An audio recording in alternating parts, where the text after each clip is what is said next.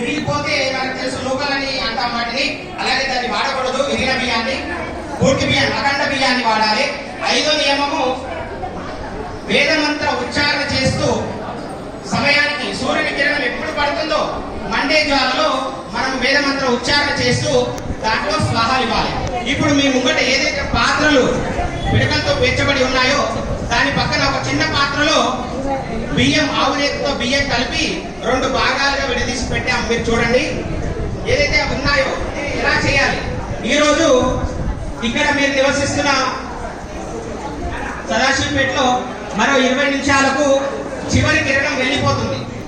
అంటే మనం ఎప్పుడైతే వెళ్ళిపోతుందో ఆ సమయానికి 5 నిమిషాల ముందు ఇలా పేర్చుకొని మనము జ్వాల వెలిగించుకోవాలి. జ్వాల వెలిగించుకొని ఆవు నేతితో 2 చుక్కలు, మేము కూడా పాత్ర ఏదో కలిపిందో అంత చిక్కడి బియ్యం తీసుకొని 2 చుక్కలు ఆవు నెయ్యి వేసి 2 భాగాలుగా తీసి రెడీ పెట్టుకోవాలి, కలుపుకొని పెట్టుకోవాలి. అలాగే సమయం ఏదైతే అవుతుందో ఎగ్జాక్ట్ గా సమయం అయినప్పుడు మండుతున్న జ్వాలలో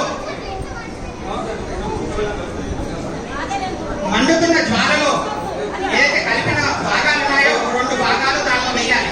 ఎప్పుడు వేయాలంటే సమయానికి సూర్యుని కిరణం ఎప్పుడైతే చివరి కిరణం వెళ్తుందో 2 భాగాలు అంటే 2 స్వాహాలు ఉంటాయి.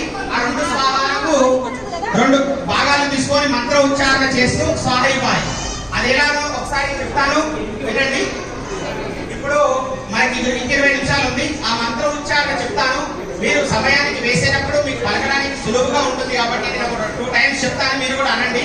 నేను చెప్పిన తర్వాత మొదటి భాగం 2 భాగాలు ఏదైతే మీ పాత్రలో పక్కన పాత్రలో చిన్న పాత్రలో బియ్యం కలిపి ఉన్నాయో మొదటి భాగం తీసుకొని సాయంత్రం పలికే మంత్ర ఉచ్చారణది మొదటి భాగం పూర్తిగా తీసుకొని మండే జ్వాలలో వేసేటప్పుడు పలికే మంత్ర ఉచ్చారణ మొదటి మంత్రం మొదటి స్వాహ వేసినప్పుడు మొదటి భాగం తీసుకొని మండే జ్వాలలో అగ్నయే స్వాహ అనండి. ఒకసారి అగ్నయే ఇదం నమః. ఇది మొదటి మంత్రం మొదటి భాగం స్వాహ ఇచ్చేటప్పుడు వేయాలి. అలాగే 2వ భాగం 2వ స్వాహ ఇచ్చేటప్పుడు ఏదైతే మన పాత్రలో బియ్యం కలిపిన మొత్తం భాగాన్ని తీసుకొని మొత్తం 2వ భాగంలో వేసి